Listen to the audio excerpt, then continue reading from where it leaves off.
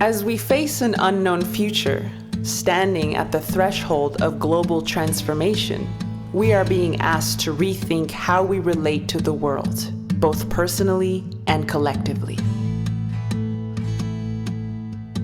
Earth's wisdom keepers invite us to remember what it means to be human and carry on the time-honored tradition of living in relationship with creation.